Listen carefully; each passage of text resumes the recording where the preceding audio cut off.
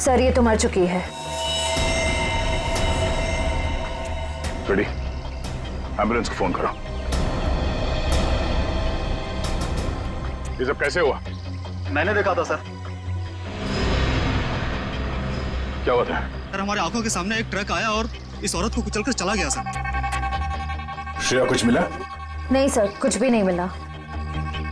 जब ये हादसा हुआ तब आप कहाँ थे? सर हम लोग उस चाय की दुकान पर चाय पीने आए थे, तभी मैंने देखा सर कि ये औरत वहां से भागती हुई आ रही थी सर।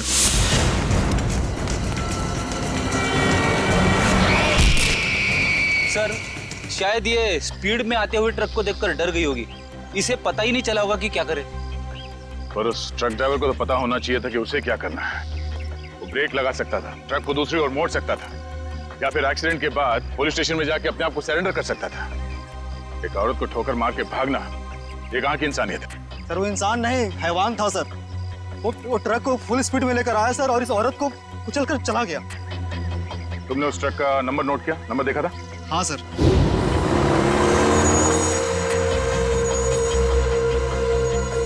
इस औरत के हाथ में कोई पर्स या बैग वगैरह था? नहीं सर। लेकिन सर इस औरत के हाथ में एक बच्चा था। क्या? इस औरत के हाथ में बच्चा था? हाँ सर, इस औरत के हाथ में एक बच्चा था और ये बच्चों को लेकर भाग रही थी। लेकिन सर जब एक्सीडेंट हुआ तो इसके हाथ में कोई बच्चा नहीं था। सर बच्चा था इसके हाथ में और एक मिनट, आप ठीक से याद करके बताओ, आपने क्या देखा था? सर मैं अपनी दुकान में था और इस औरत को देखा तो इसके हाथ में एक बच्चा था और ये बच्चे को लेकर भाग रही थी साहब। जिन्होंने इस औरत को बच्चे के साथ भागते हुए देखा, और इन साहब का कहना है कि इस औरत के हाथ में बच्चा था ही नहीं। पर अगर इस औरत के हाथ में वाकई में बच्चा था तो बच्चा कहाँ गया? कहीं ऐसा तो नहीं कि इस औरत ने बच्चे को कहीं छोड़ दिया? हो सकता है फ्रेडी, उस बच्चे को ढूंढना होगा।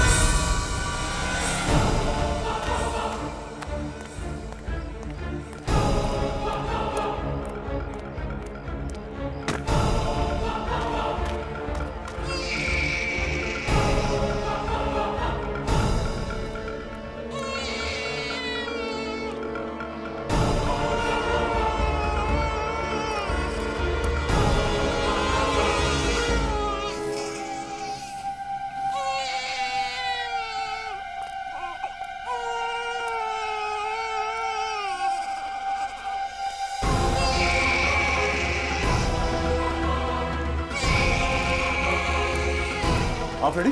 सर बच्चा टोकरी में है सर। अरे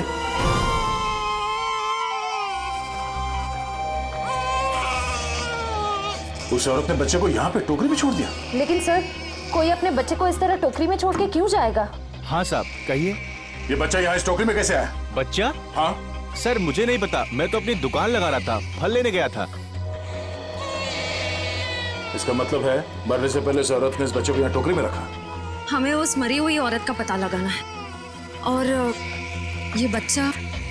इस बच्चे को हम अपने साथ लेके चलते हैं। इस बच्चे का ख्याल रखना हमारा फर्ज है। पहले ये पता करते हैं कि इस बच्चे के परिवार में है कौन। सर उस औरत के बैकग्राउंड के बारे में तो कुछ पता नहीं चला, पर डॉक्टर सालुंके ने कुछ जरूरी बात पता लगा ली है। वो क्या? इस औरत का और उस बच्चे का खून का कोई रिश्ता नहीं। क्या? इस बच्चे का और उस औरत का डीएनए मैच नहीं हो रहा है? जी सर। इसका एक ही मतलब हो सकता है दया, उस औरत ने इस बच्चे को चुरा लिया और फिर वो भाग रही थी। हो सकता है सर। काम करना पड़ेगा, मिसिंग पर्सन ब्यूरो से पता लगाना पड़ेगा कि क्या किसी ने बच्चा गायब होने की रिपोर्ट दर्ज करवाई है क्या।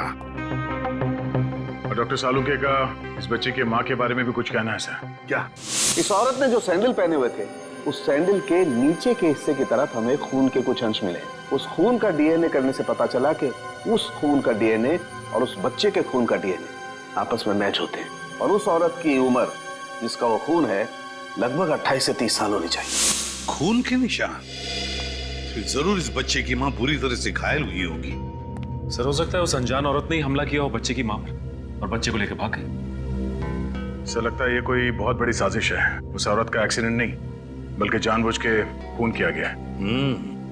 सर हमने आरटीओ में भी पता किया, ट्रक का नंबर उनके रिकॉर्ड्स में भी नहीं है। ये देखो बॉस, अब कोई प्रॉब्लम नहीं है, अरे प्रॉब्लम तो तब होगा जब बॉस का फोन आएगा। उसको क्या जवाब दोगे? ये काम अधूरा छोड़ दिया। सर, एक ऐसा सुराग मिला है जिससे पता चल सकता है कि ये औरत है कौन। वो क्या? ये उस औरत के कपड़े, इस पे लॉन्ड्री का टैग लगा हुआ है। बस सुबह इस टैग से पता लगाओ ये कौन सी लॉन्ड्री है, और इस लॉन्ड्री से हमें पता चलेगा कि ये औरत रहती कहाँ है। सर, तब तक मैं इस बच्चे को संभालूंगा सर, अपने घर पे। बस बच्चे को अपने साथ रखना चाहता हूँ सर। सर, मैं भी आपकी मदद करूंगी।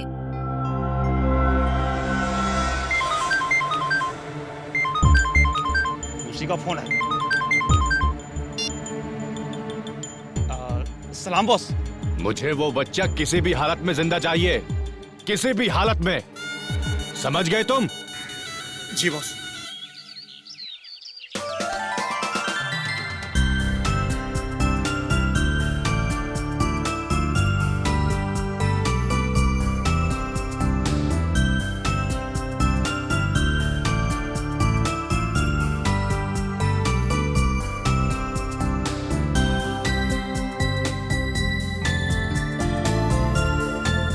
सर, आप शांत हो जाइए, मैं इसे संभालती हूँ।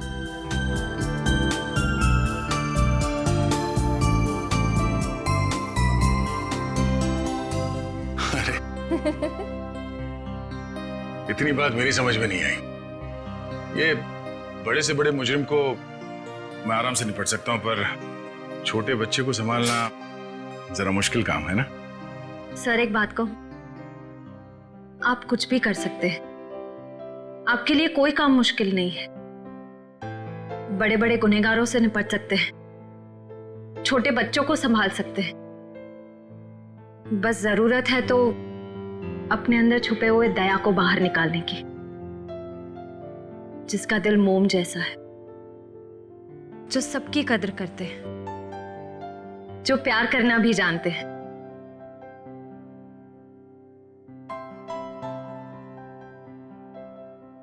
I mean,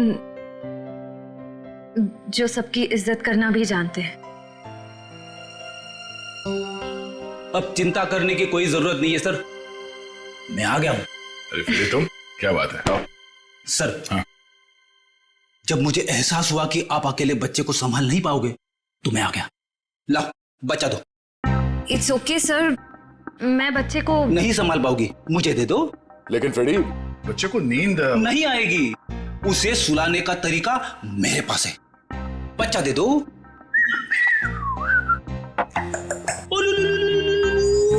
अला ला ला ला ला।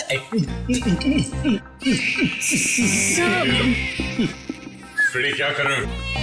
सर, जिद छोड़ो और बच्चे को वापस दे दो शेफ। सर प्लीज, मैं संभाल लूंगी। कोई प्रॉब्लम नहीं है सर, बच्चे को चुप कराने का फॉर्मूला मेरे पास है। श्रेया, टीवी का रिमोट देना। अब देखना सर, ये कार्टून चैनल देख के बच्चा कैसा खुश होता है। कौन से नंबर पे?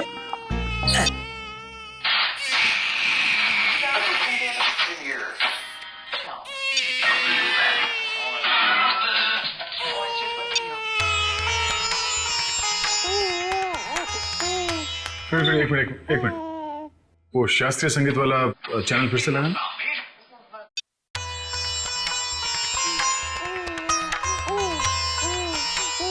सुरों की काफी समझ है इसे।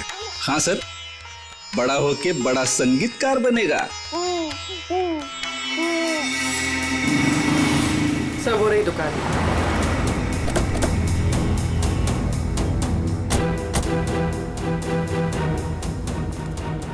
ये लो, कस्टमर के कपड़े हैं, पैक कर दो। हाँ सर, कहिए, कपड़े देने आए हैं या लेने आए हैं? अगर देने आए हैं तो 5 दिन के बाद ही मिलेंगे, और अगर लेने आए हैं तो मैं उम्मीद करता हूं कि 5 दिन के बाद ही आए होंगे। सर, मैं बहुत ही ईमानदार व्यापारी हूं, और मैंने आज तक अपने किसी भी कस्टमर को कोई भी धोखा नहीं दिया है। हाँ, ये कपड़े आपकी लॉन्ड्री में धुले हैं ना? जी हाँ मैडम, ये हमारी लॉन्ड्री के ही हैं। आप यही जानना चाहते हैं कि ये कपड़े किसके हैं? समझदार लगते हो, बता। हाँ, 1 मिनट, रघु बुक दो। मिल गया सर। ये कपड़े किसी गोपी नाम की औरत के हैं। गोपी, एड्रेस भी लिखा होगा उसमें? नहीं सर, एड्रेस तो नहीं है, लेकिन फ़ोन नंबर है। दो।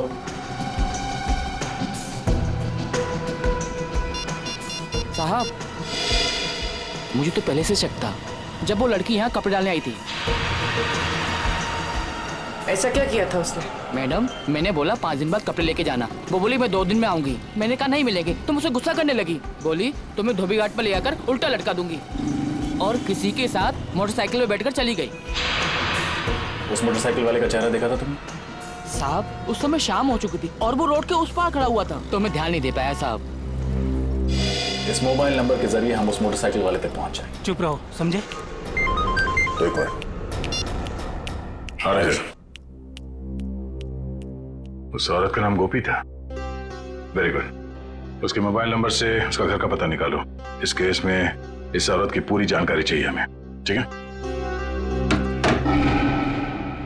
रजत, मैं तुम्हें बाद में फोन करता हूं।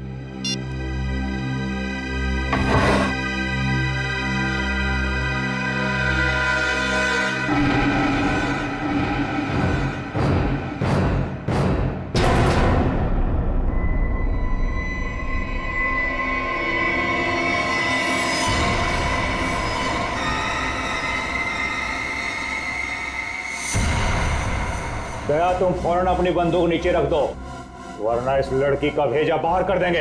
दया, तुमसे हमारी कोई दुश्मनी नहीं है, बस ये बच्चा हमारे हवाले कर दो और अपनी जान बचा लो। अपनी जान की परवाह करने वाले कायरों को हम सीआईडी में भर्ती नहीं किया करते।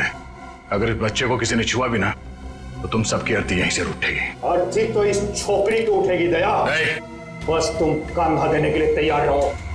बंदूक नीचे रखो, नीचे रखो बंदूक। सर, आप मेरी परवाह मत कीजिए, आप गोली चलाइए। चुप! दया, गन नीचे रख, नीचे रख गन दया,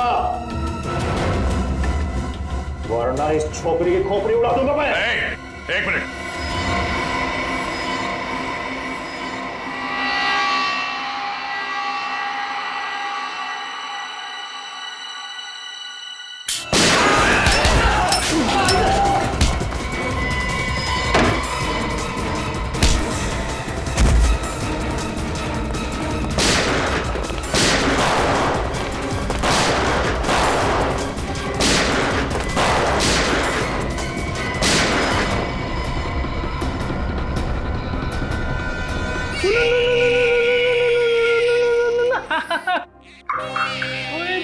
इतना छोटा सा मासूम बच्चा किसी का क्या बिगाड़ सकता है? ये तो कोई राक्षस ही है जो ऐसे मासूम बच्चे पर हमला करने को देखता है। सर, उस गुंडे का क्रिमिनल रिकॉर्ड मिल गया। क्या नाम है उसका? उसका नाम शमी है और उस पे कॉन्ट्रैक्ट किलिंग और किडनैपिंग के 3 केसेस चल रहे हैं। कॉन्ट्रैक्ट किलिंग और किडनैपिंग? लेकिन ये सिर्फ कॉन्ट्रैक्ट किलिंग का केस नहीं है, ये कुछ और ही चक्कर है, कोई बड़ी साजिश है ये। सर, मोबाइल कंपनी ने गोपी का जो एड्रेस दिया था वो गलत है सर। गलत है? हाँ सर। मतलब सर, ये सब पहले से प्लान था।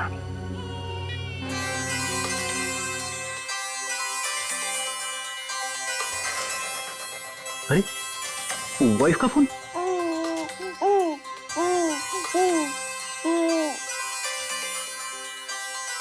कैसी लगी ट्यून? अच्छी अच्छी अच्छी। सर, कल रात दया सर के घर पे टीवी पर जब शास्त्रीय संगीत आ रहा था, तब बच्चा अचानक से शांत हो गया और मुस्कुराने लगा। अच्छा, वैसे आमतौर पे इस तरह की धुन सुनकर बच्चे उछलने लगते हैं। हाँ, लेकिन अभी भी फ्रेडी सर की रिंगटोन सुनकर बच्चा कैसे खुश हो गया? सर, हो सकता है कि जब से इस बच्चे का जन्म हुआ हो तब से ये शास्त्रीय संगीत सुनता आ रहा। हो सकता है इसके माता पिता में से कोई संगीतकार या गायक हो। कविनगर जाके पता लगाना पड़ेगा कि वहां पर कोई शास्त्रीय संगीत विद्यालय है क्या। ता थई तत थई ता थई तत थई ता थई तत थई तत थई ता थई तत थई ता थई तत। एक मिनट,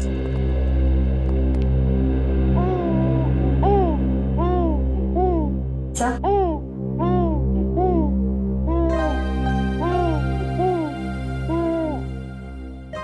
लगता है सही जगह पे हैं। नमस्ते। नमस्ते। अरे वाह, ये बच्चा तो बड़ा कोमल है। इसके पैर में कला भी नजर आती है, लेकिन नृत्य सीखने के लिए ये उम्र बहुत छोटी है। मास्टर जी, हम यहाँ बच्चे को नृत्य सिखाने के लिए नहीं लाए हैं। तो फिर इस नन्ही सी जान को आप यहाँ क्यों ले आए? हम लोग सीआईडी से हैं और एक केस के सिलसिले में आपसे कुछ पूछताछ करने आए हैं। ओह जी, पूछिए। जरा इस बच्चे को देखिए। आप पहचानते हैं इसे? देखा आपने इसे? जी नहीं, इस बच्चे को कभी देखा नहीं मैंने। आपने इस औरत को देखा है? अरे ये तो हमारे बगल वाली डे केयर सेंटर में काम करती है। Baby day care centre?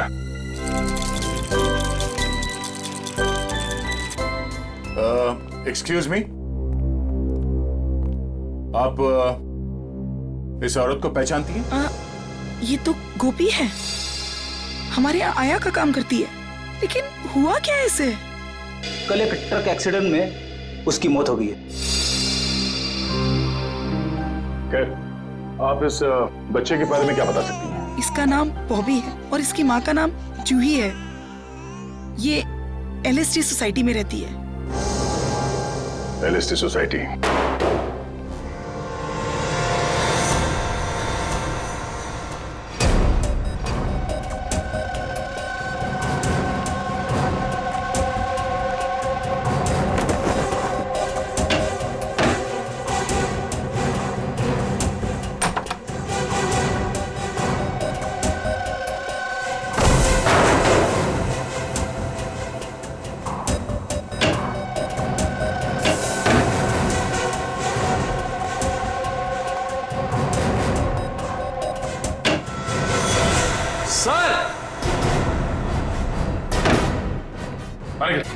Sir, ये देखिए, बॉबी की माँ जूही को ही मार दिया।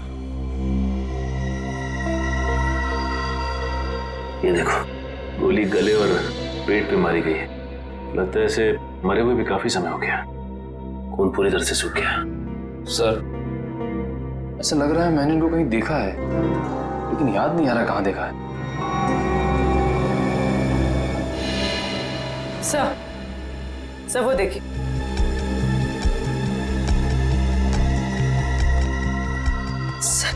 खून से सने हुए जूतों के निशान। ये देखो पूर्वी, ये चप्पल के निशान तो बिल्कुल वैसे ही हैं जैसी चप्पल गोपी ने पहनी हुई थी। इस औरत ने जो सैंडल पहने हुए थे, उस सैंडल के नीचे के हिस्से की तरफ हमें खून के कुछ अंश मिले और वहां से भी हमें सूखा हुआ खून मिला था। अभी कोई संजोग तो नहीं हो सकता है ना सर? पर सर, गोपी तो गुनहगारों की साथीदार थी। वो खिड़की से बच्चे को लेकर क्यों भागेगी? ये समझ में नहीं आ रहा कि वो यहाँ आई क्यों थी। वो तो नर्सरी में आया का काम करती थी ना। मगर सर, जूही को मारने के बाद बच्चे को अगवा करने की क्या जरूरत थी? एक बच्चे से किसी का क्या फायदा हो सकता है? सर, लगता है ये जूही के पति की फोटो है। लेकिन ये जूही के पति की फोटो है नहीं, बल्कि थी। हॉल में इस फोटो पे हार चढ़ा हुआ था। एक काम करो, इस कमरे को अच्छी तरह से छान मारो, देखो क्या मिलता है। सर,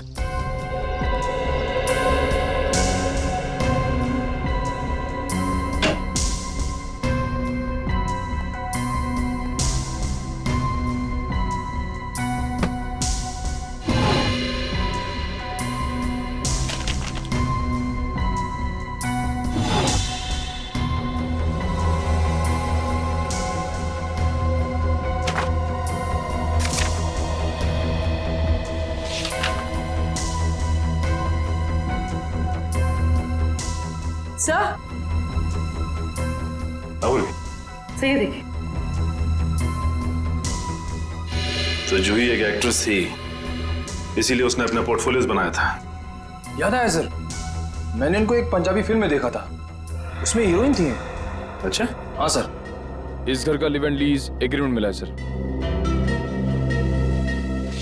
सर, ये वोटर आईडी है सर।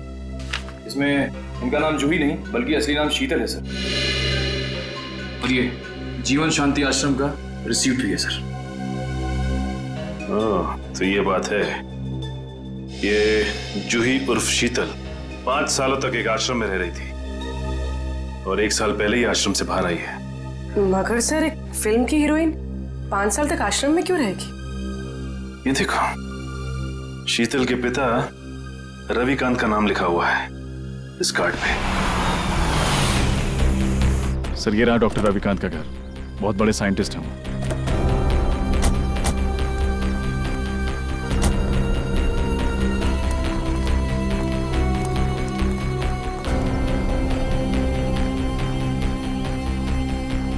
सर, ये घर तो लगता है काफी टाइम से बंद पड़ा है। हाँ रजत, ये देखो कितने दिनों के अखबार पड़े हैं यहाँ पर, ये सारे खत पड़े हैं। काम करो, इन दोनों घर के अंदर जाके अच्छी तरह से तलाशी देखता हूँ ये चिट्ठियां क्या है।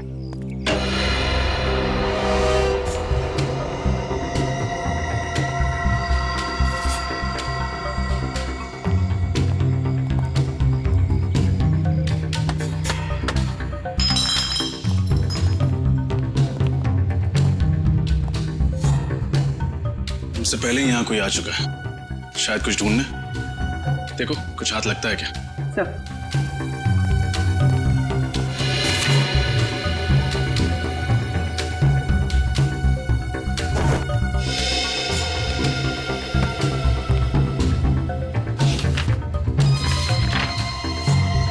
Legal notice? अरे सुनिए सुनिए, देखिए मैं सीआईडी से हूँ। एक बात बताइए, आप रविकांत जी को जानते हैं? हाँ सर, 10 सालों से वो मेरे पड़ोसी हैं। अचानक उनकी मौत की खबर सुनकर बहुत दुख हुआ। अचानक मौत हो गई रविकांत जी की? कब, कैसे? गाड़ी की स्पीड इतनी तेज थी कि वो कंट्रोल नहीं कर सके और वो जाके नदी में गिर गए। Oh my God. कुछ मिला? नहीं सर। ये रविकांत जी का एक्सीडेंट ही था या? एक्सीडेंट ही था सर। ठीक है, थैंक यू वेरी मच। अब जा सकते हैं। नोटिस कैसी?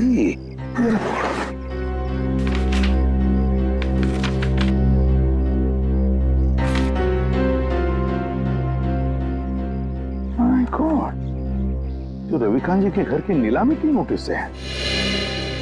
सर, इतनी जल्दी ही नोटिस? पिछले महीने तो रविकांत जी की मौत हुई थी।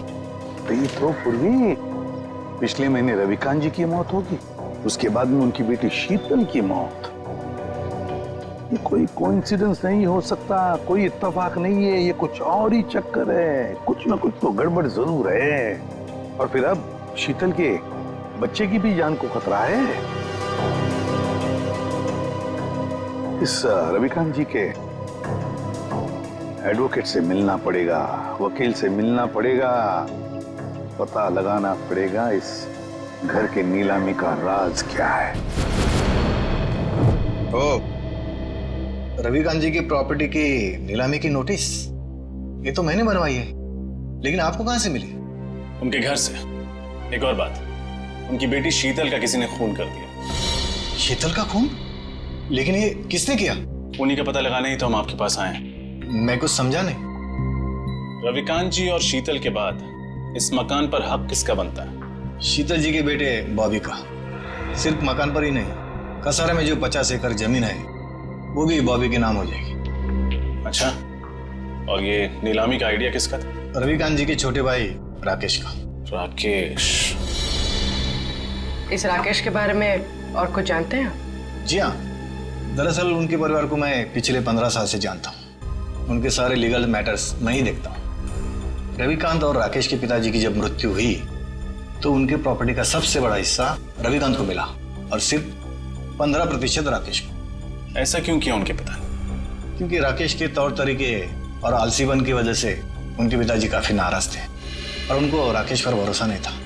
तो इस बात से तो राकेश जी को बहुत गुस्सा आया होगा। जी हाँ, बहुत। इतना ही नहीं, उसने अपने भाई के साथ सारे रिश्ते नाते तोड़ दिए थे। फिर अचानक दिवाली के दिन आकर गले मिले और सारे गिले शिकवे दूर हो गए। हो सकता है ये राकेश की चाल हो, रविकांत जी का भरोसा जीतकर उनकी पीठ पर वार करने की। सर, ये भी तो हो सकता है कि बॉबी को राकेश जी ने अगवा करवाया हो। ये तो राकेश से मिलकर ही पता चलेगा।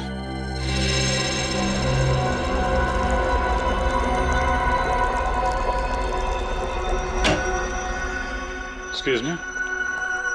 जी कहिए। हम लोग सीआईडी से हैं।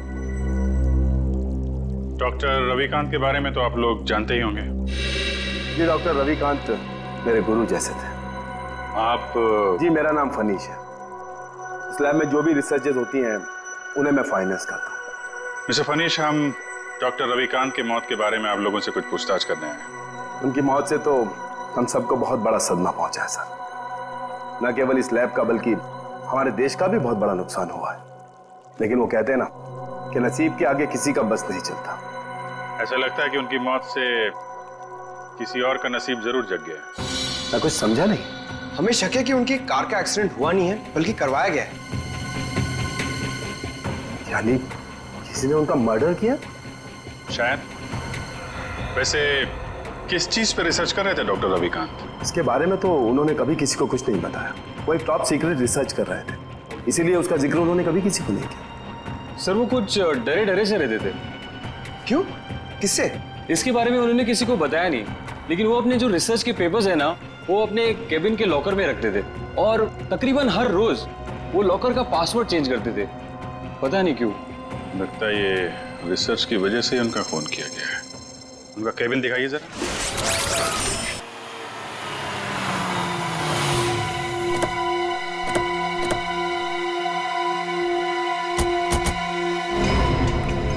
सरकारी तो यहीं खड़ी है, राकेश घर में ही होगा। हाँ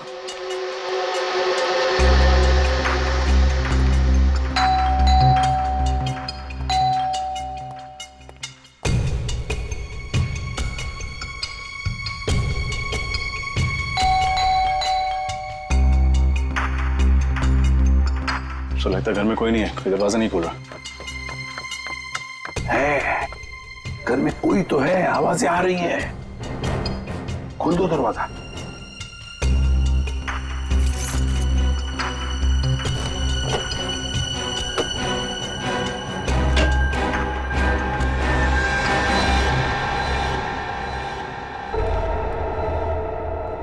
संभल के।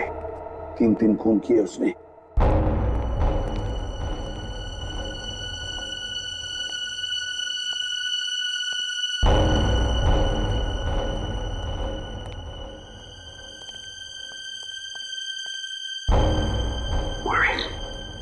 इस तरफ जा। Sir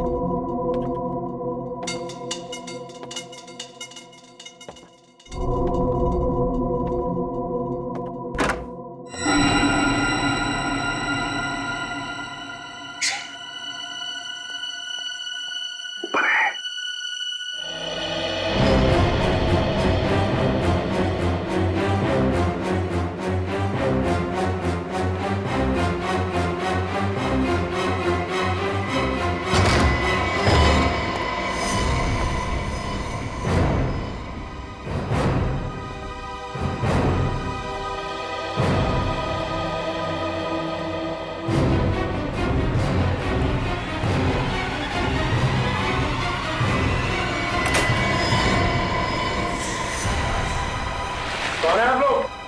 CID. लेकिन मैंने किया क्या है? किया क्या है? हैं? किया क्या है? अभी पता चल जाएगा क्या क्या है। इसके घर की अच्छी तरह से तलाशी लो। सर आप पूरे घर की तलाशी ले लीजिए, पर प्लीज मुझे ये तो बताइए कि मेरा गुनाह क्या है? रविकांत और शीतल को क्यों मरवाया तुमने? शीतल का कत्ल हो गया सर? कब और कैसे? कब और कैसे? बड़े भोले बनने की कोशिश कर रहे हो राकेश जी। हैं? सर प्लीज मेरा यकीन मानिए, इसके बारे में मैं कुछ नहीं जानता। झूठ झूठ बोल रहे हो तुम। रविकांत और शीतल को पहले मरवाया और फिर शीतल के बच्चे को अगवा किया। इस औरत को पैसे दिए थे ना तुमने? ये सब नहीं सर, मैंने ऐसा कुछ नहीं किया। इस औरत को मैं पहली बार देख रहा हूँ सर। सर मैं रवि भैया और शीतल का खून क्यों करवाऊंगा? इसलिए इस जायदाद के लिए, जायदाद के पेपर थे, है ना? क्यों? और तुम ये भी जानते थे कि रविकांत और शीतल की मौत के बाद ये सारी जायदाद शीतल के बेटे के नाम पर हो जाती, और अगर शीतल के बेटे का कुछ कम ज्यादा होता तो ये पूरी की पूरी जायदाद तुम्हारे नाम पर हो जाती। यही चाहते थे ना तुम? जी सर, लेकिन क्या? लेकिन क्या? लेकिन सर, मैंने किसी का खून नहीं किया, और ना ही सर मैंने बॉबी को किडनैप करवाया। प्लीज मेरा यकीन मानिए। तुम्हारा यकीन करूं? क्यों? क्यों यकीन करूं तुम्हारा मैं? हैं? कोई सबूत है तुम्हारे पास? हाँ सर, एक मिनट।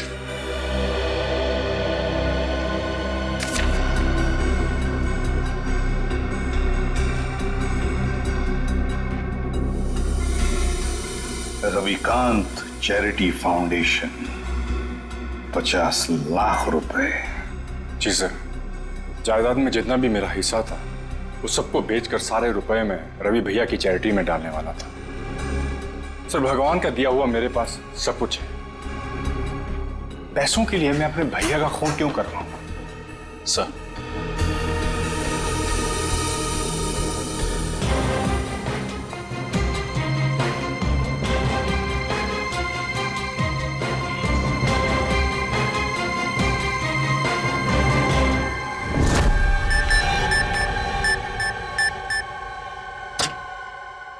ये क्या?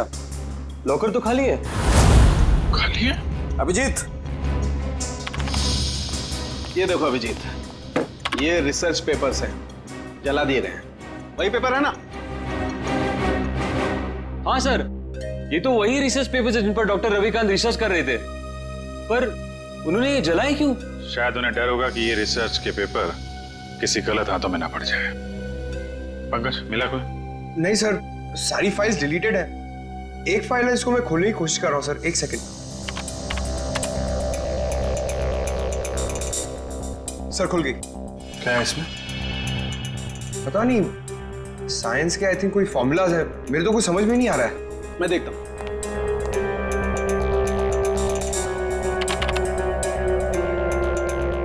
ओह, नहीं अभिजीत, ये कोई साइंस का फार्मूला नहीं है, ये एक वायरस की टेस्टिंग रिपोर्ट है। क्या मतलब सर? मतलब ये कि जैसे जहर का काट जहर होता है, वैसे ही किसी भी बीमारी का इलाज उसके वायरस के द्वारा ही किया जाता है, और इस वायरस का टेस्ट किसी इंसान पर कर रहे थे डॉक्टर रविकांत। और कौन सा वायरस है ये? ये बेलकॉप नाम का वायरस है, बहुत रेयर किस्म का वायरस है, ज्यादा सुना नहीं है इसके बारे में। मगर सर, ये वायरस टेस्ट किस पर कर रहे थे?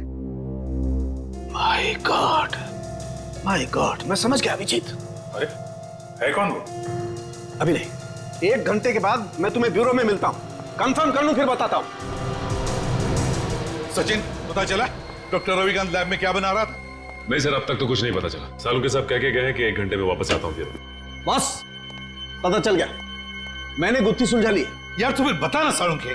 बॉस, उस रिसर्च लैब में हमने जिस पेशेंट की रिपोर्ट देखी थी उसमें पोलकॉप नाम का वायरस था। ये कौन सा वायरस है? वही तो पता लगाना है, लेकिन एक टेंशन है बॉस। किस बात की टेंशन? बॉस, मैंने जब पता लगाया तो पता लगा कि पोलकॉप नाम का वायरस तो है ही नहीं।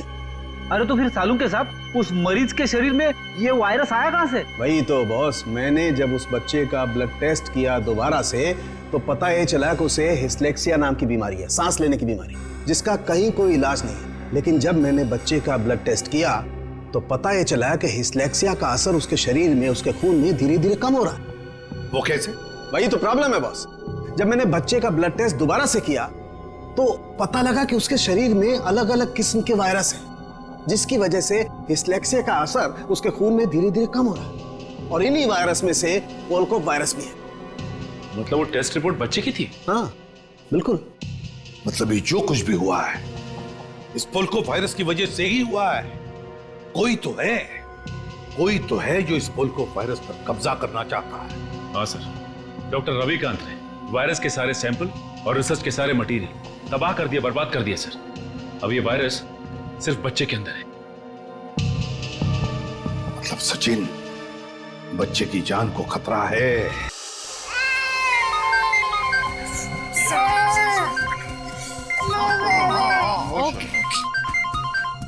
एसीपी साहब का फोन। Hello sir. क्या बच्चे के शरीर में वायरस इंजेक्ट किया गया? सर लगता है इसीलिए उसका टेम्परेचर उतर नहीं रहा, उसे बुखार है सर। हाँ सर, हम लोग वहीं जा रहे थे। ठीक है सर, ओके चलो।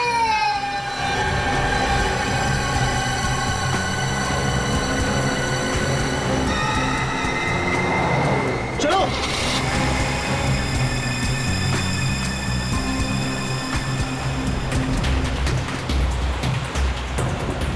बॉबी का बुखार तो बढ़ता ही जा रहा है।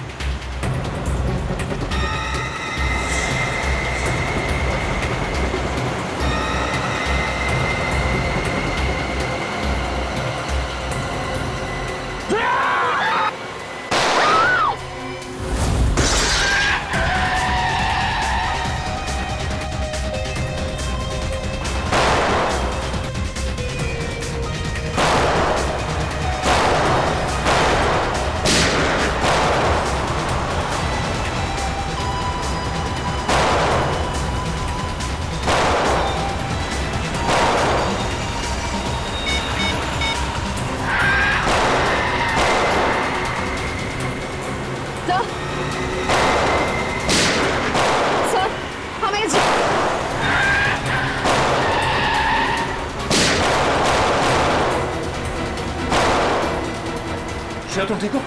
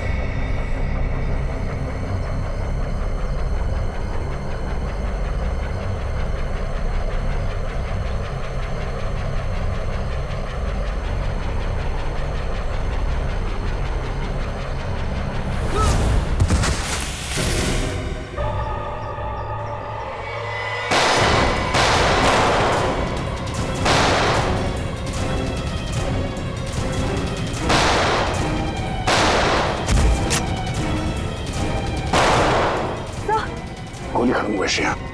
रख दया, तेरा खेल खत्म हो गया। चल कर नीचे रख। लड़की को दे, मेरे को दे, बच्चा मेरे को दे, दे।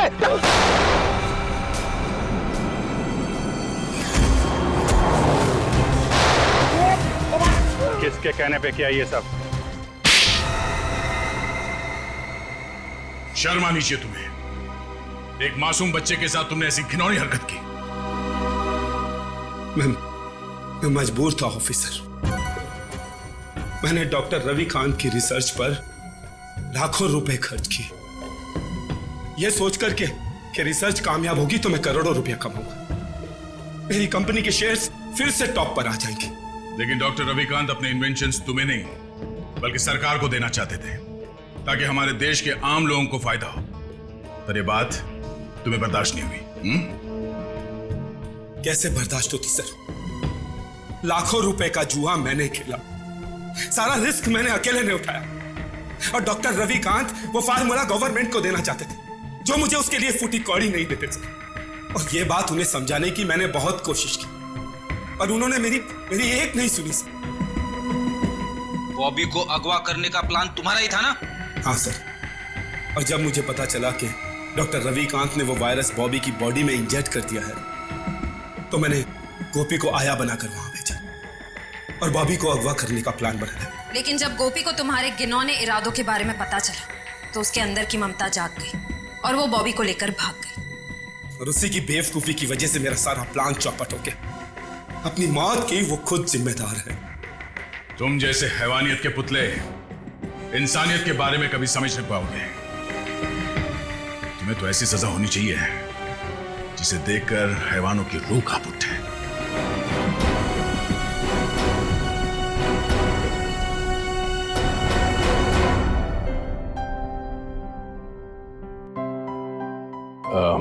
सर, हमें इस बच्चे के भविष्य के लिए कुछ करना चाहिए। हाँ, इसके भविष्य का पूरा बंदोबस्त करके रखा है।